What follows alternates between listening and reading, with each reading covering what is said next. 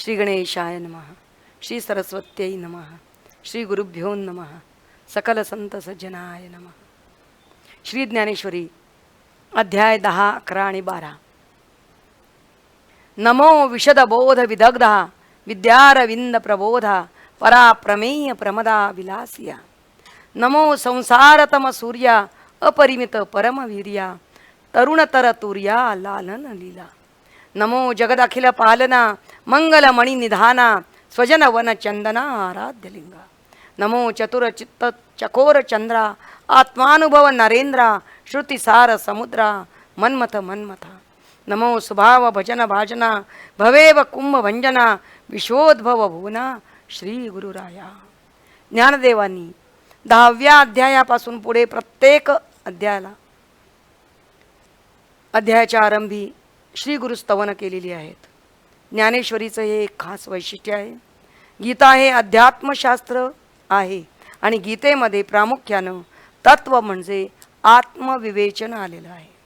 ज्ञानदेवानी तर गीतेला शास्त्रेश्वर असं म्हटलं आहे. साहजिकच ज्ञानेश्वरीमध्ये आत्मतत्व विवेचन आलेलं आहेच, पण अध्यात्मशास्त्राच्या इतर ग्रंथांच्या पेक्षा गीतेचं वेगळेपण हे आहे की निर्गुण निराकार परब्रह्माच्या स्वरूप विवेचनाबरोबरच सगुण साकार अवतार विशेष हेच परब्रह्म होय असं गीतेनं प्रतिपादलेलं आहे. पण ज्ञानदेवानी आणखी एक पाऊल पुढे टाकलं आहे. श्री सद्गुरु हेच परब्रह्म असं त्यांनी सांगितलं आहे आणि म्हणून ज्ञानेश्वरीमध्ये सद्गुरु स्तवनाला विशेष महत्त्व प्राप्त झालं आहे. सगुण साकार अवतार विशेष हेच परब्रह्म याविषयी जरा अधिक स्पष्टीकरण करूया आपण. परमात्मा हा मायाधीश आहे आणि जीव हा मायाधीन आहे. सत्व रजतम हे त्रिगुण मायेचं कार्य आहे. परमात्मा तर त्रिगुणातीत आहे. मग तो सगुण कसा? ज्ञानदेव म्हणतात, ऐका. यश श्री औदार्य ज्ञान वैराग्य ऐश्वर्य हे साही गुणवर्य वसती जेथ तया नाम भगवंतू. परमेश्वर हा असा षड्गुणैश्वर्य आहे. तो साकार होतो तेव्हा हे साही गुण घेऊन येतो. सत्व रज तम हे नव्हे. अर्थात त्याला आकाराला येताना जीवाप्रमाणे पूर्वकर्म कारण नसतं. तो आपल्या इच्छेनं अवतार घेतो. बीजची झाला तरू भांगारची अलंकारू. ज्ञानदेवाने ही उदाहरणं दिलेली आहेत. म्हणजे कल्पना करा की बीजाचा एकदम वृक्षच झाला किंवा एकदम भांगार म्हणजे सोनं, सोन्याच्या लगडीचा एकदम दागिनाच बनला. म्हणजे आकार घडवण्यासाठी मध्ये सोनाराची इथं आवश्यकता नाही किंवा वृक्ष होण्यासाठी माळ्याचीही आवश्यकता नाही.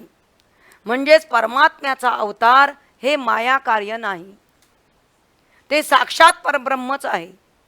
आपणहून ते निर्गुण निराकार तत्व सगुण साकार झालेलं आहे. गीतेनं हा अवतार विशेष वर्णिलेला आहे. याचं इतकं विस्तृत विवेचन करण्याचं कारण असं आहे की 10व्या अध्यायामध्ये हेच अवतार विशेष ह्याच विभूती सांगितल्या गेल्या आहेत. पण ज्ञानदेवांनी श्री गुरूंच्या चरणीच परब्रह्म म्हणून माथा ठेविला आहे. तैसे श्री गुरूंचे महिमान आकळिते के असे साधन हे जाणोनी मिया नमन निवांत केले. श्री गुरूंनी ममत्वे देखिले म्हणोनी श्री कृष्णार्जुन संगमी प्रयाग वटू झालो असे ज्ञानदेव म्हणतात. इथे प्रयाग वट म्हणजे अक्षय वट हे म्हणण्यामध्ये ज्ञानदेवानी ज्ञानेश्वरी सुद्धा अक्षय चिरकाल टिकेल हे सुचवलेलं आहे. 10व्या अध्यायाच्या आरंभी ज्ञानदेव 1 ते 9 अध्यायांचा आढावा आधी घेतात आणि शेवटी म्हणतात, या असंख्य शब्द ब्रह्मामध्ये म्हणजे वेदामध्ये जो अभिप्राय सांगितलेला आहे तो महाभारतात आहे आणि त्या 1,00,000 श्लोकांच्या महाभारतात जो अभिप्राय आहे तो 700 श्लोकांच्या गीतेत आहे आणि गीतेचा अभिप्राय एकट्या 9व्या अध्यायात आहे. जो अभिप्रायो साते शती तो एकलाची नवमी. मग आता पुन्हा भूय एव महाबाहो शृणुमे परमं वचः असं म्हणण्याचं कारण काय? भगवान म्हणतात, आम्ही आपुलियाची स्वार्था बोलो पुढती, मज तुझी आवडी किरटी तू आता माझे निजधाम की, तेव्हा तुझे हित मी पाहावे हे ओघाने आलेच.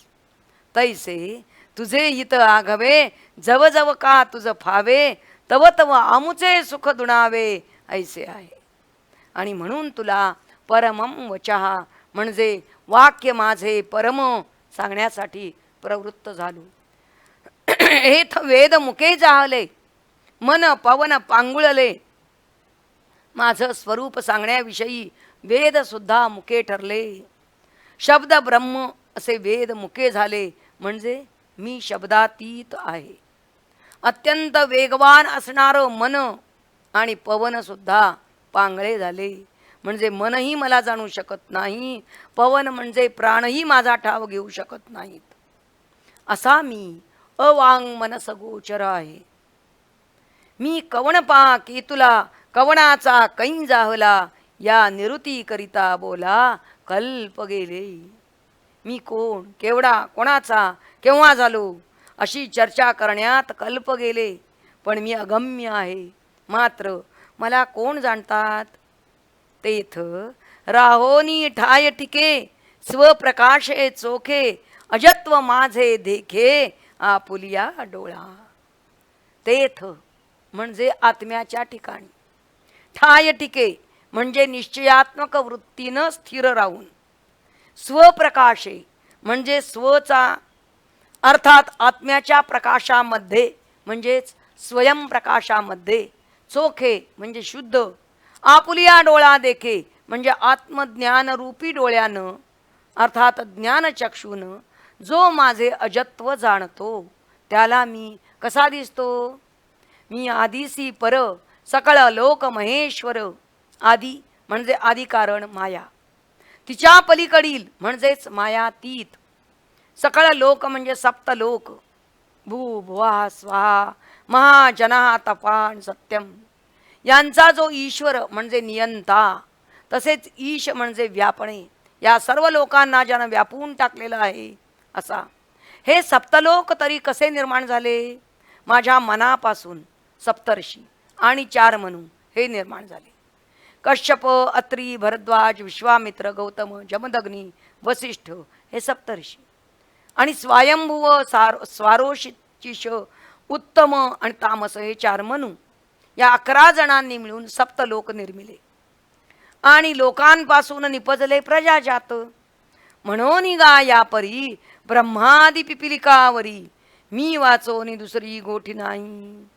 असा जो मला जाणतो, मनुष्या आत तो अंश माझाची जाण. ते चालते ज्ञानाचे बिंब, तयाचे अवयव ते सुखाचे कोंभ.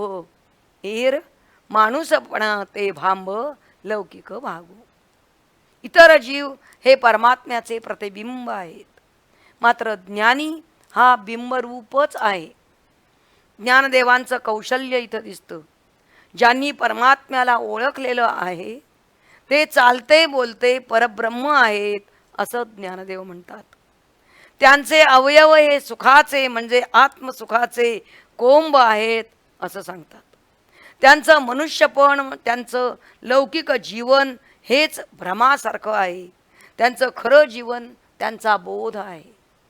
चित्ते मीची जाहले, मियाची प्राणे धाले, जिओ मरो विसरले, बोधाची आव. म्हणून मज आत्मयाचा भाव, जी जियावया केला ठाव, एक मी वाचूनी वाव एर मानिले. त्यांचा मीचे ओवनी दिवटा पुढा पुढा चाले असं भगवंत सांगतात. पहिंगा भक्तासी माझे कोड, मग तयाची अनन्यगतीची चाड, मज तयाची अनन्यगतीची चाड. का जे प्रेमळांचे साकड आमुची आगरी. आणि म्हणून अशा प्रेमळ भक्तासाठी म्हणून मी ते तैसेची सुख साजूक, प्रेमळा लागी देख ठेविले जतन. ऐन जसा साजूक तुपातील पदार्थ आपल्या मुलासाठी राखून ठेवावा, तसे देव सुद्धा प्रेमळ भक्तासाठी साजूक सुख जतन करून ठेवतो. अर्जुन असाच श्रीकृष्णाचा प्रेमळ भक्त आहे. तेव्हा अर्जुनालाही वाटू लागलं की श्रीकृष्णाने अंतरी जतन करून ठेवलेलं ते साजूक सुख आपल्याला द्यावं. तैसे श्रीगुरु सर्वत्र आती, परी कृष्णा आम्हा तूची गती. हे असो मज प्रती विभूती सांगे. आता या विभूती कशासाठी? जैसे बीज आलिया मुठी तरुच आला होय. जसं बीज मुठीत आलं की वृक्ष आल्यासारखाच आहे. तेवी देखिलिया जिया देखवले विश्व सकळ. ज्या विभूतींचं चिंतन केलं असता सगळं विश्वच जाणल्यासारखं होतं. जी कैसे मिया तू ते जाणावे, काय जाणोनी सदा चिंतावे. जरी तूची म्हणो आगवे, तरी चिंतनाची न घडे. एकाग्र चिंतन घडण्यासाठी म्हणून तुझ्या प्रमुख विभूती तू मला सांग. भगवान आता विभूती सांगतायत. भगवान म्हणतात, अहम आत्मा गुडाकेश सर्वभूताशय स्थिता. अहम आदिश्च मध्यंच भूतानाम अंत एवच. सर्व भूतमात्रांच्या हृदयात असणारा आत्मा मी आहे. तो कसा आहे? अहम अहम असा स्फुरद रूप आहे. शुद्ध अहम स्फुरण हीच परमात्म्याची विभूती आहे. आणि आदी मध्य अंत म्हणजे जीवाच्या उत्पत्ती स्थिती नाश या तिन्ही अवस्थामध्ये ती नित्य आहे. आणि म्हणून नित्य चिंतनाला तीच अधिक योग्य म्हणून भगवंतांनी प्रथम हीच विभूती सांगितली आहे. पुढे भगवान सांगतात, 12 आदित्यामध्ये मी विष्णू, प्रकाशकांमध्ये मी सूर्य, 49 मरुद्गणांच्या मध्ये मी मरीची, 27 नक्षत्रांमध्ये मी चंद्र, वेदामध्ये मी सामवेद, देवामध्ये इंद्र, इंद्रियामध्ये मन, रुद्रामध्ये शंकर, यक्ष रक्षसामध्ये कुबेर, वसूमध्ये अग्नी, पर्वतामध्ये मेरू, पुरोहितामध्ये बृहस्पती, सेनापतीमध्ये कार्तिकेय, जलाशयामध्ये सागर, महर्षींमध्ये भृगु, वाणीमध्ये सत्य प्रतिपादक एकाक्षर, यज्ञामध्ये जपयज्ञ तो मी, अचल अशा पर्वतांमध्ये मी हिमालय, वृक्षांमध्ये अश्वत्थ, देवऋषींमध्ये नारद, गंधर्वांमध्ये चित्ररथ, सिद्धांमध्ये कपिल, अश्वांमध्ये ऐरावत, नरामध्ये नराधिप म्हणजे राजा, आयुधामध्ये वज्र, धेनूमध्ये कामधेनू, प्रजोत्पत्ती करणाऱ्यांमध्ये मदन, सर्पांमध्ये वासुकी, नागांमध्ये अनंत म्हणजे शेष, जलदेवतांमध्ये वरुण, पितरांमध्ये अर्यमा, प्रशासकांमध्ये यम, दैत्यांमध्ये प्रल्हाद, कालगणना करणाऱ्यांमध्ये महाकाल, श्वापदामध्ये सिंह, पक्षांमध्ये गरुड, वेगवंतामध्ये पवन, शस्त्रधाऱ्यामध्ये श्रीराम, जलचरामध्ये मकर, प्रवाहकांमध्ये जान्हवी, सर्व विद्यांमध्ये अध्यात्मविद्या, अक्षरामध्ये अकार, समासामध्ये द्वंद्व, बोलणाऱ्यांमध्ये सकल शास्त्र संमत वाद मी आहे.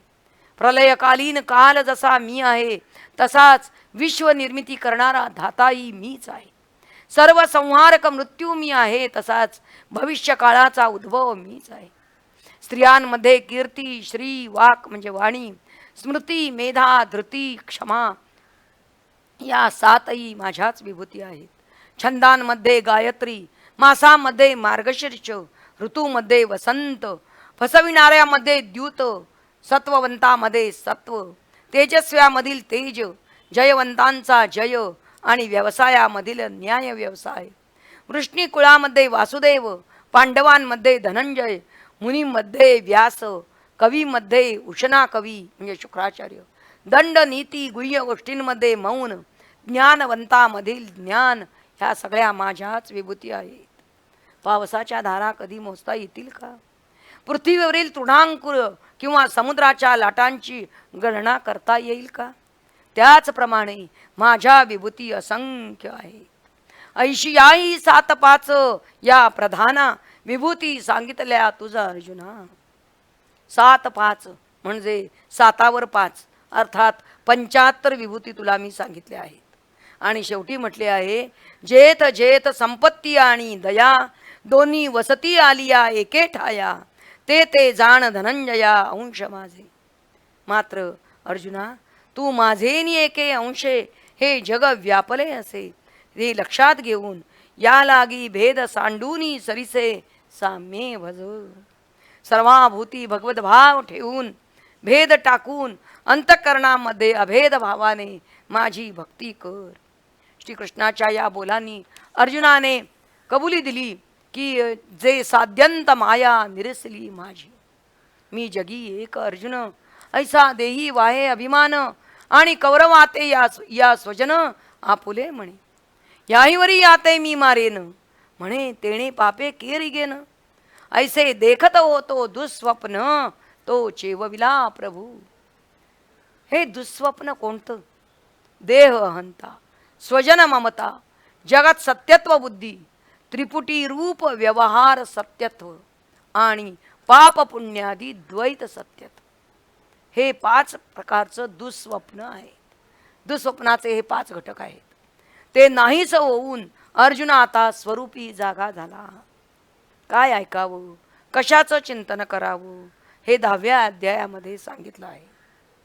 आता काय पाहावं हे 11व्या अध्यायात सांगताहेत.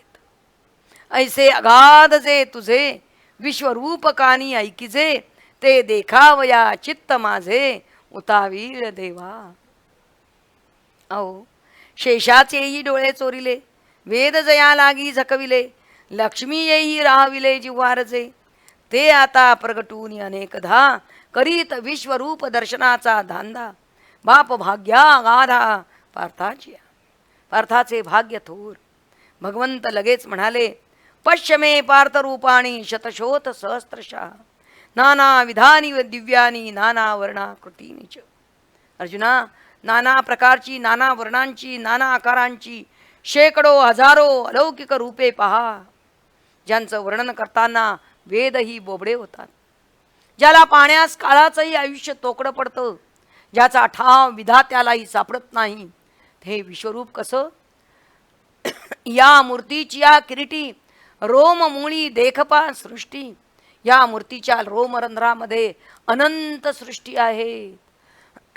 कवडशामध्ये वाऱ्यानं परमाणू उडताना दिसावेत, तशी अनंत ब्रह्मांड या विश्वरूपाच्या एकेका अवयवांच्या सांध्यात फिरताना दिसत आहे. भ्रमण ब्रह्म कटाह तैसे अवयव संधी, असं ज्ञानोबा वर्णन करतात. श्रीकृष्ण असं सांगत असताना अर्जुनाला विश्वरूप दाखवित आहेत, पण अर्जुन आपला गप्पच.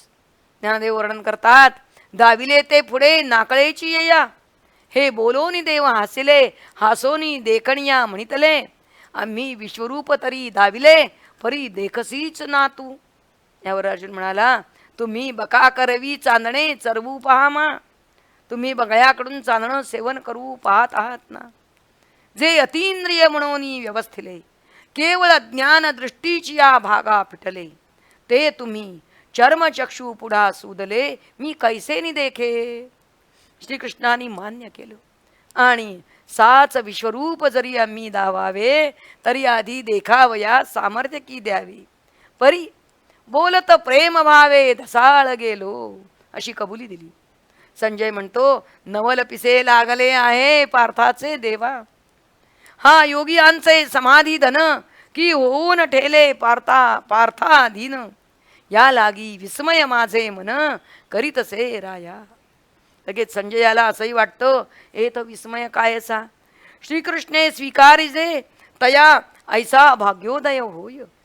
श्रीकृष्णानी म्हणता क्षणीच अर्जुनाला दिव्य दृष्टी आली. आता तो अनंत वदने पाहू लागला, जैसी रमा नायकाची राजभवने, ना प्रकटली निधाने लावण्य श्रेयची. प्रत्येकाला वाटतं की आपण सुंदर आहोत, पण ज्यानं हरिवदन पाहिलं तो सौंदर्याचा गर्व करणार नाही. की आनंदाची वने सासिन्नली, जैसी सौंदर्या राणी जोडली, तैसी मनोहरे देखिली हरीची वक्त्रे तेणे. आपल्याला ती गोष्ट माहीतच असेल की श्रीकृष्णाचा अवतार विशेष पाहण्यासाठी म्हणून ब्रह्मदेव गोकुळात आले. रानामध्ये श्रीकृष्ण गोप गुरे वासरे यासह हिंडत असताना ब्रह्मदेवानी सर्व गोप गुरे वासरे ब्रह्मलोकात नेली. तेव्हा श्रीकृष्णाने ती सगळी रूपे घेतली. 1 वर्षपर्यंत श्रीकृष्ण असे नटले होते. त्या काळात त्या गोप बालकांच्या विषयी त्यांच्या मातांना विशेष प्रेम वाटे असं भागवतात वर्णन आहे. हरिवक्त्राचा मोह कुणाला पडणार नाही. नंतर ब्रह्मदेव शरण आले. आपणच एक सृष्टीकर्ता हा त्यांचा अभिमान नाहीसा झाला. आता अर्जुन विश्वरूपाचे डोळे पाहायला लागला. जणू आदित्यांची पंगतच बसली असल्याचे त्याला दिसले. नेत्र देखील पालिंगने आदित्यांची. या विश्वरूपाने दिव्य आभरणे आणि दिव्य आयुधे धारण केली होती. कोटी सूर्य समप्रभ असे विश्वरूप, जयांच्या किरणांचे निखरपणे म्हणजे प्रखरपणे, नक्षत्रांचे होत फुटाणे, तेजे खिरडला वन्नी म्हणे समुद्री रिगो. तो वन्नी म्हणजे अग्नी मागे सरकला. प्रलयकालीन विजांचे अरण्य असावे किंवा काळकूट विषाचे कल्लोळ उसळावेत तशी परजलेली आयुधे हातात घेतलेले अपार हात अर्जुनानं पाहिले. विश्वरूप वर्णनामध्ये ज्ञानदेवांची उत्तुंग कल्पना शक्ती दिसून येते. शांताची या घरा अद्भुत आला आहे पाहुणेरा असे ज्ञानदेव म्हणतात ते खरेच आहे. परजलेल्या शस्त्रांकडील आपली दृष्टी भयाने काढून अर्जुन आता कंठ आणि मुकुट पाहायला लागला. एकदम त्याला सुरतरूच वाटला. कल्पतरूंची निर्मिती तर या कंठ मुकुटापासून झाली नसेल ना. या मुकुटावरील फुले म्हणजे अष्टमहासिद्धींची मूळ स्थाने. त्या फुलांचा दिव्य गंध येत होता. कंठी रुळता ती अलौकिक माळा दंड. गळ्यात अलौकिक माळा पितांबर तरी कसं. तर स्वर्गे सूर्य तेज वेडिले जैसे पंधरेनी मेरू ते मडिले.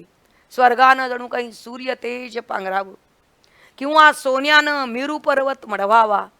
या विश्वरूपाच्या सर्वांगी अर्जुनानं चंदन पिंजरी देखिली. जणू कर्पूर गौर श्री महादेवच किंवा पाऱ्यानं मडलेला माखलेला कैलासच किंवा दूधरूपी पाण्याचे पांघरुण घेतलेला क्षीरसागरच. हे भव्य दिव्य विश्वरूप पाहताना अर्जुनाला देव उभा आहे की बैसलेला, सन्मुख की पाठीमोरा हे कळेना. जिकडे पहावे तिकडे श्रीमुख कर चरण तसेच दिसू लागले. मग आता न पाहे म्हणून उगार आहे तरी आताही तैसेची. एथ नवलाओ काय असे परी न पाहताही दिसे. सो जाई का कैसे अनुग्रहाचे करणे पार्थाचे पाहणे न पाहणे तयाही सकट नारायणे व्यापून घेतिले. अर्जुन आश्चर्यामागून आश्चर्य पाहू लागला. म्हणून आश्चर्याच्या पुरी एकी पडिला ठाये ठाव थडी ठाकी तव चमत्काराची या आणखी महार्णवी पडे. त्या विश्वरूपाच्या अंगप्रभेचा नवलाव काय सांगावा. ते दिव्य सूर्य सहस्त्रवरी जरी उदयजती का एकेची अवसरी तरी तया तेजाची थोरी उपमू नये. त्या विश्वरूपामध्ये हे जग कसे तर जैसे महोदधी माझी बुडबुडे किंवा मेरूवरी सपूर परमाणू जैसे. या विश्वरूप दर्शनाने अर्जुनाचे अष्टसात्विक भाव प्रकट झाले. त्या विश्वरूपाकडे अर्जुन प्रणम्य शिरसा देवम कृतांजलीर अभाषत. मस्तक नमवून हात जोडून म्हणाला, म्हणे जय जयाजी स्वामी नवल कृपा केली तुम्ही. जे हे विश्वरूप की आम्ही प्राकृत देखो. प्राकृत म्हणजे प्रकृतीच्या अधीन असलेले जीव. मी मायाधीन असून सुद्धा तुमच्या कृपेमुळे हे विश्वरूप पाहू शकलो. हे विश्वरूप पाहून अर्जुनाला काय कळलं. ज्ञानदेव वर्णन करतात, तव देखिले जी आगवेची तरी आता तुझा ठाव तूची. तू कवणाचा नव्हेसी ऐसाची अनादी आयता. तू उभा ना बैठा दीर्घ ना खुजटा. तुझ तळी वरी वैकुंठा तूच आस. तू रूपे आपण याची ऐसा देवा तुझी तूची वयसा. पाठी पोट परेशा तुझे तू गा. किंबहुना आता तुझे तूची आगावे अनंता. हे पुढता पुढती पाहता देखिले मिया. आता यानंतर मात्र अर्जुनाला विश्वरूपाची उग्रता जाणवू लागली.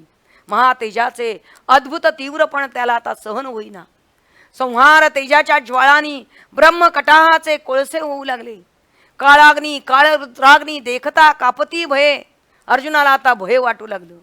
त्यानं देवाची स्तुती सुरू केली. देवा तू अक्षर, अव्यय तू गहन, अविनाश जी, तू धर्माचा ओलावा, अनादि सिद्ध तू नित्य नवा, तू आदि मध्यांतरहित, स्वसामर्थ्य तू अनंत, तू भक्तांना पाळितोसी कृपादृष्टी. पण आज तुझ्या तेजानं या बापुड्या त्रैलोक्याचा होतसे उरडा. आता जापाणी जापाणी आपुले अस्ताव्यस्त हे. जापाणी म्हणजे आवर. आपलं हे अचाट विश्वरूप आता आवर. बाप रे, या तुझ्या कृतांत मुखामध्ये कोण कोण शिरत आहे. हे कौरव कुळीचे वीर, आंधळ्या धृतराष्ट्राचे कुमर, हे गेले गेले सहपरिवार तुझी या वदनी. भीष्म द्रोण कर्ण हेही तुझ्या कृतांत मुखात शिरले. हे पाहून मात्र अर्जुन दुःखे क्षीणत. पण देवाचा अभिप्राय त्याच्या लक्षात येईना. जे मी मारिता हे कौरव मरते, ऐसे निवेटाळीला होता मोहे बहुते, तो फेडावया लागी अनंते, हे दाखविले निज. अर्जुनानं पाहिलं की तापल्या तव्यावर जसे पाण्याचं नाव सुद्धा राहत नाही, तसे जे तुले येथ प्रवेशले त्याचे नाव रूप सुद्धा राहिलेले नाही.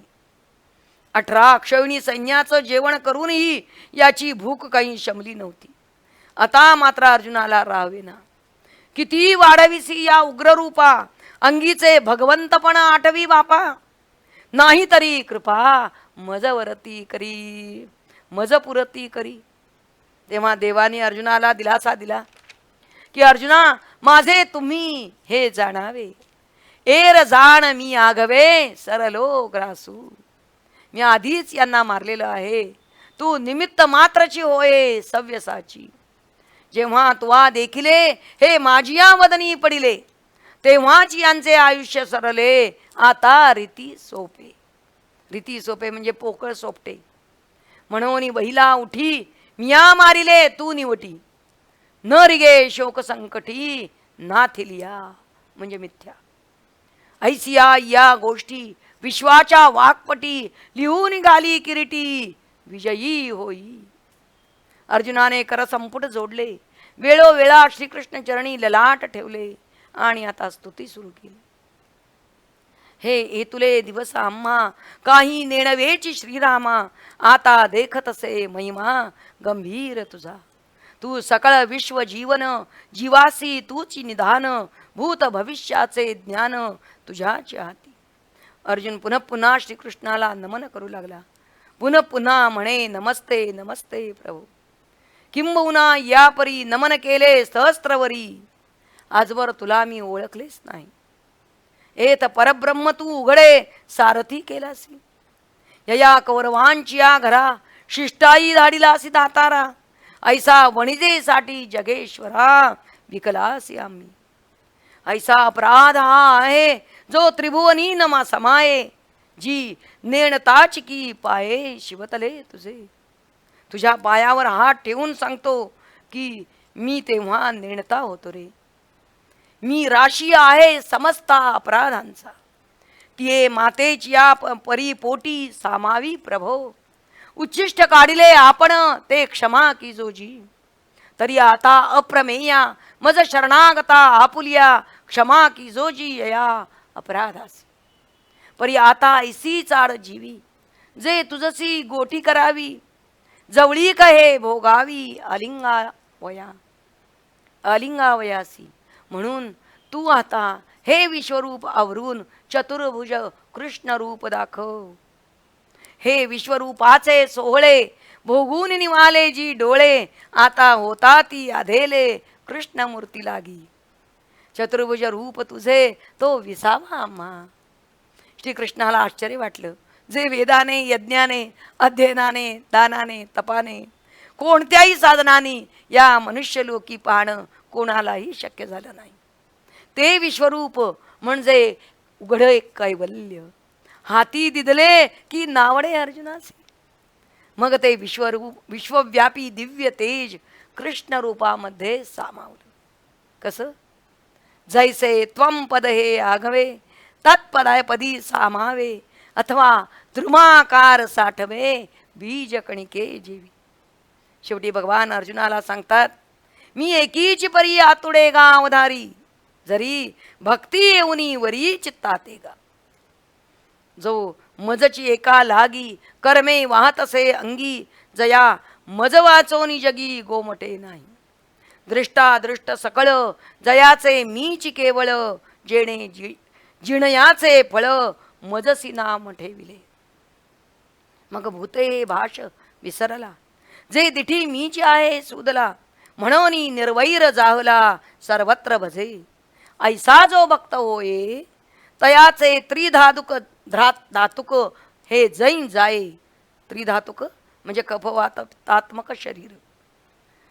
तै मीच होऊन ठाये पांडवागा.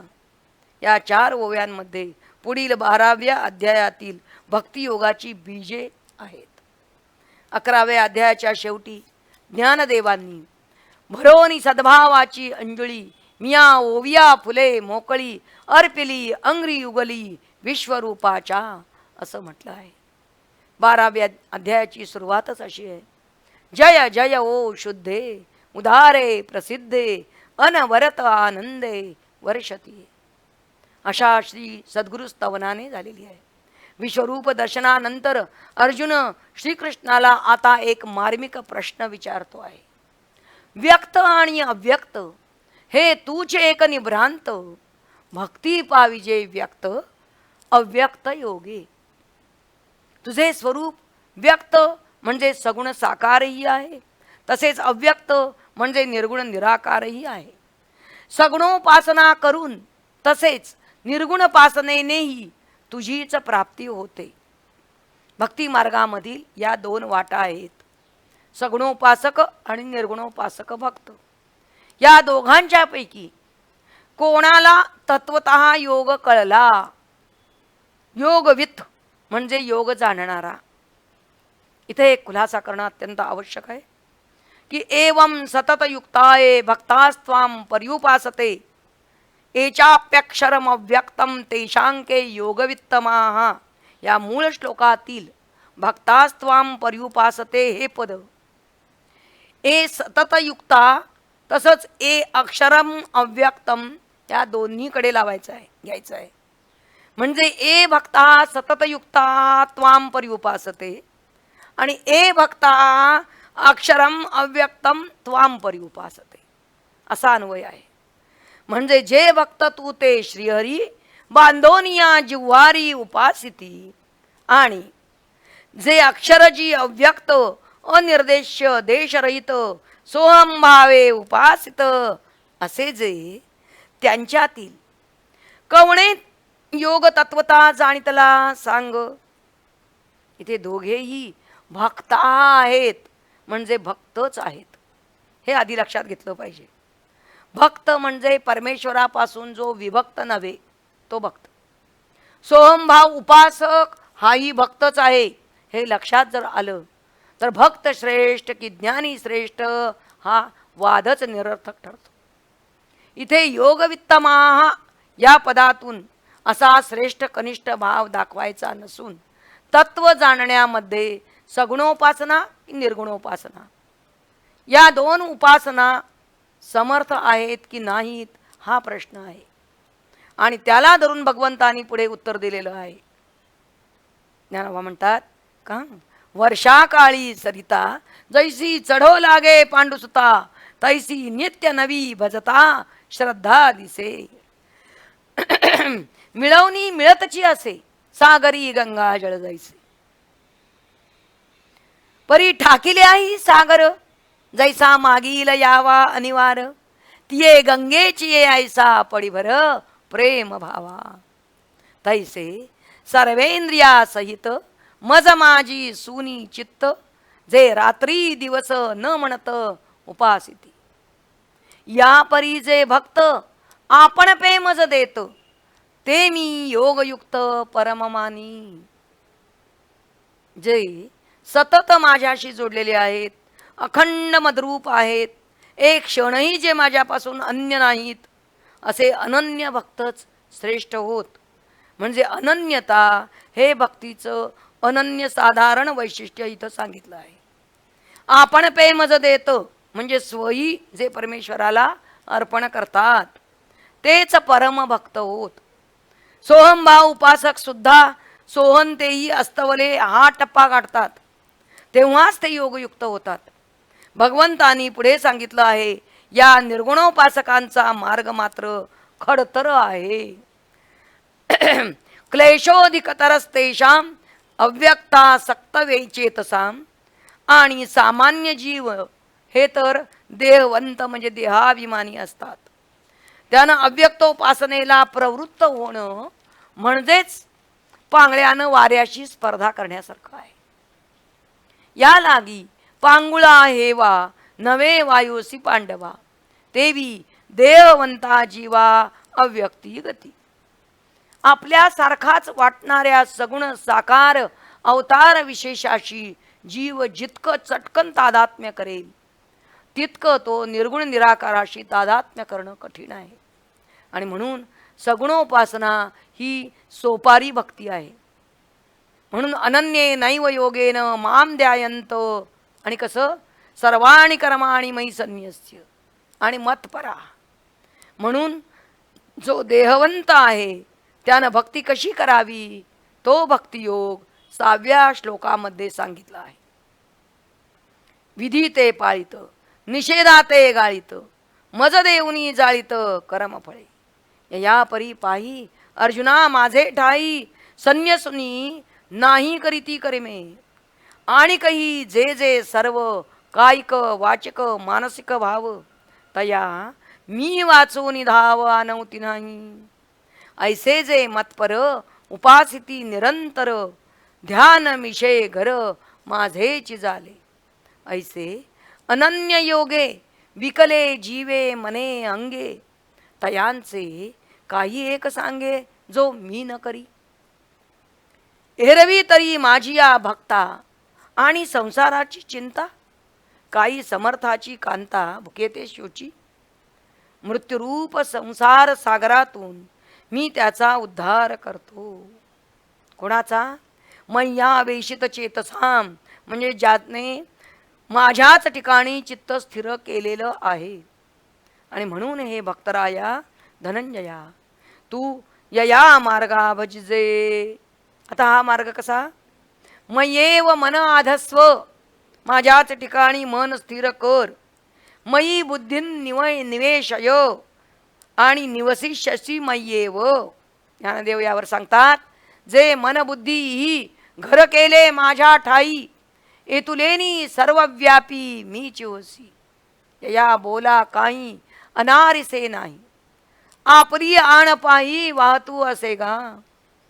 परंतु भगवान इतके करुणासागर आहेत की अशा प्रकारे आपलं चित्त परमेश्वराच्या ठिकाणी स्थिर ठेवण्यास जर जीव समर्थ नसेल तर भगवान सांगतात, अभ्यास योगेन माम आप्तुम इच्छ. म्हणजे अभ्यास योगानं तू मला प्राप्त करून घे. आता हा अभ्यास योग कोणता? ज्ञानदेव सांगतात, अथवा हे चित्त मनबुद्धी सहित माझ्या हाती अचुंबित न शकसी देऊ, तरी गायसे करी. यया आठा पहारा माझारी, मोटके निमिषभरी दे तुझाय. मग जे जे का निमिख देखेल माझे सुख, ते तुले अरोचक विषयी होईल. मग पुनवे ऊन जैसे शशिबिंब दिसे दिसे हारपत अंसे नाहीच होय.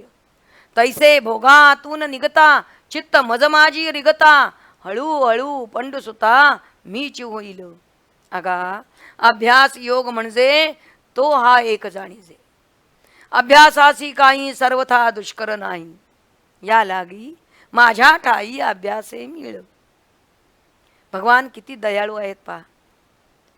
ते म्हणतात का अभ्यासाई लागी कस नाही तुझी या अंगी, तरी आहासी जया भागी तैसाची अस.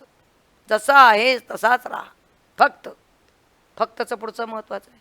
परी मने वाचा देहे जैसा जो व्यापार होय तो मी करीतू आहे ऐसे न म्हण. करणे का न करणे हे आगवे तोच जाणे.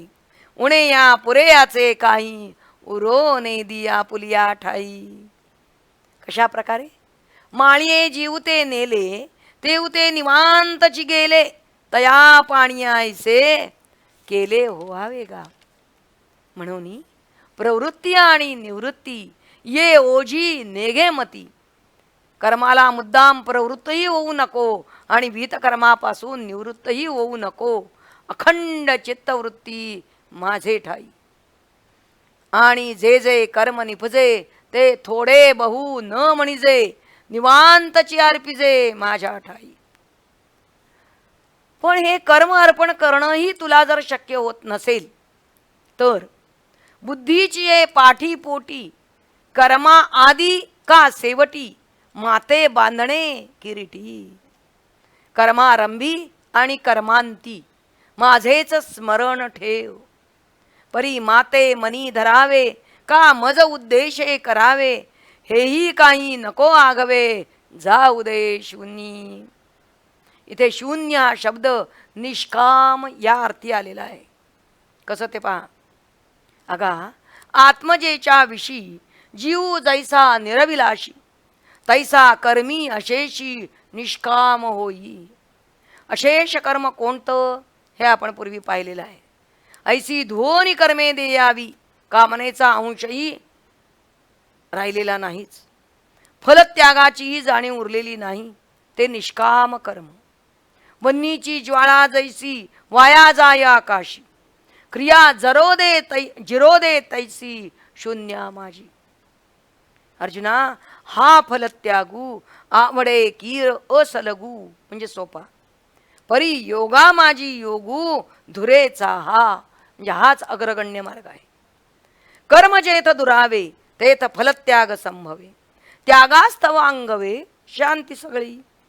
अशी परम शांती ज्याला लाभलेली आहे तो उत्तमाते धरिजे अधमाते अवेरिजे हे काहीच नेणिजे. त्याच्या ठिकाणी आप परभाव राहत नाही.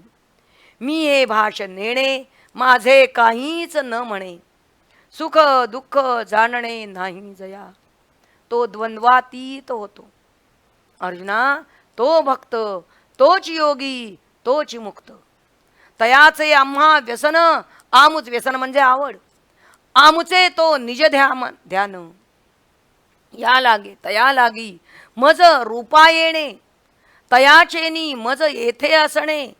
तया लोण कीजे जीवे प्राणे ऐसा पडिये. पडिये म्हणजे प्रिय.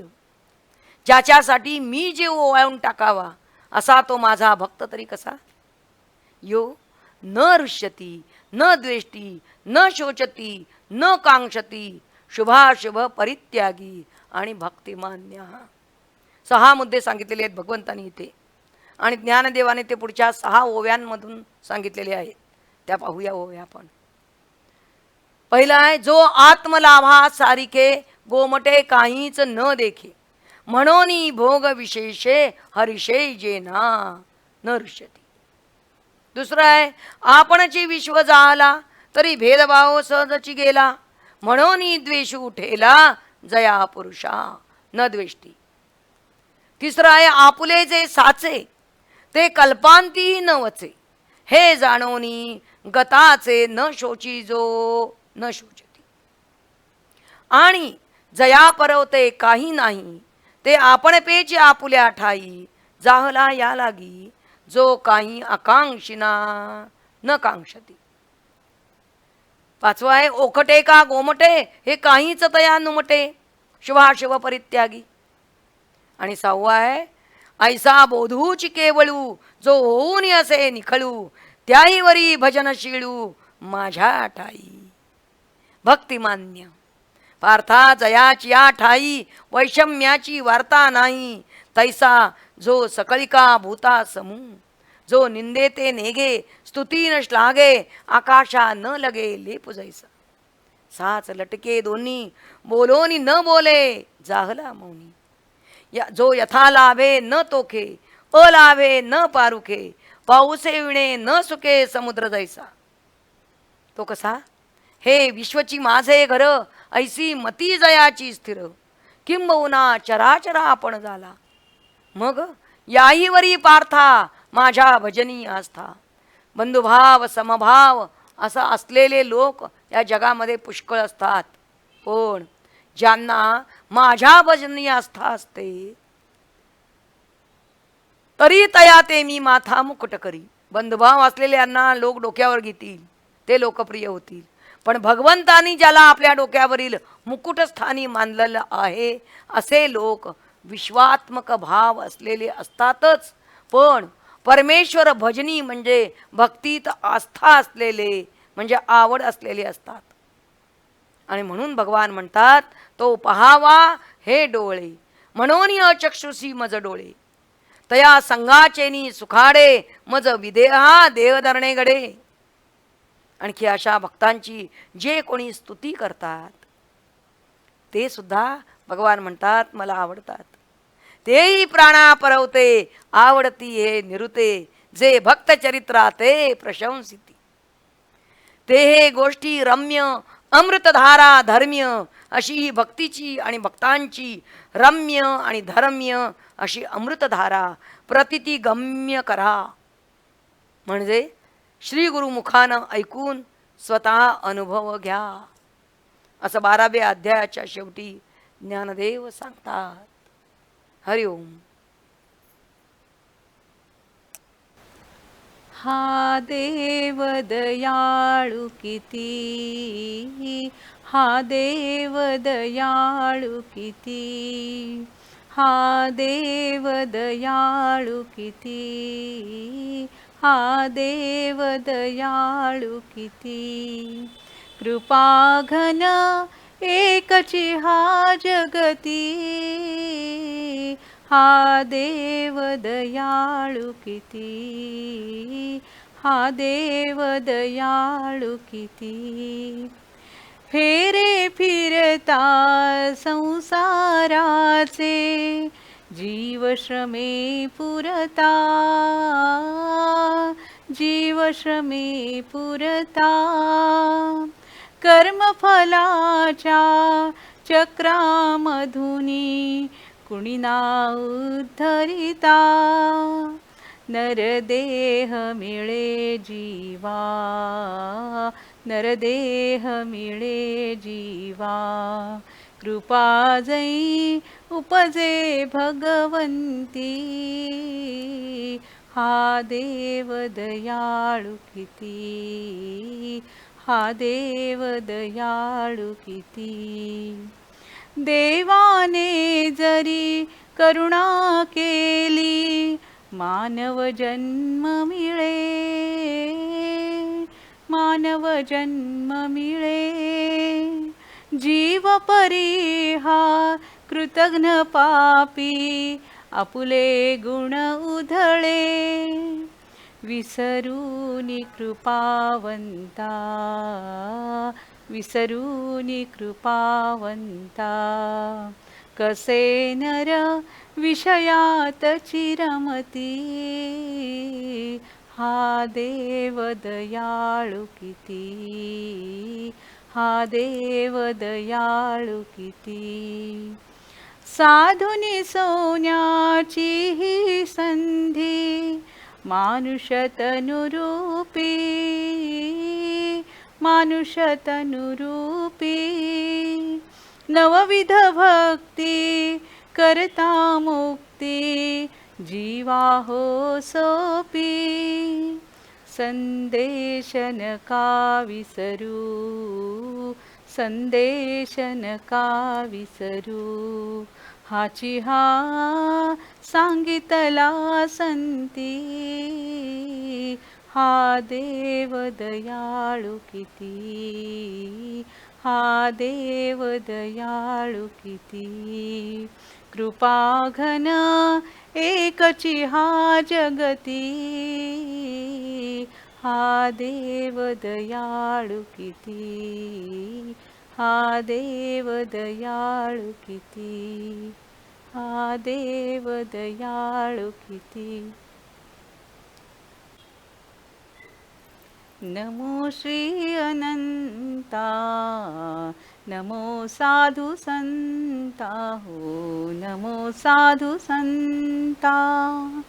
जीव शीणला हा कोटी कोटी जन्मी, ज्ञान ध्यान नाही, नाही प्रेम रामी. देह मानवाचा मिळे भाग्यवंता, देह मानवाचा मिळे भाग्यवंता. नमो श्री अनंता, नमो साधु संता हो, नमो साधु संता. संत मांदियाळी कष्टुनी उदंड, बोधरूप लोणी हाती देत गोड. मार्ग सांडुनी का जासी आडपंथा, मार्ग सांडुनी का जासी आडपंथा. नमो श्री अनंता, नमो साधु संता हो, नमो साधु संता. मानवी तनूचे मूल ओळखावे, ह्याच देही जीवा शीघ्र मुक्त व्हावे. जगा ज्ञान देवी, जगा ज्ञान देवी दिली, जगा ज्ञान देवी, जगा ज्ञान देवी दिली दिव्य गीता. नमो श्री अनंता, नमो साधु संता, नमो श्री अनंता, नमो साधु संता हो, नमो साधु संता, नमो साधु संता.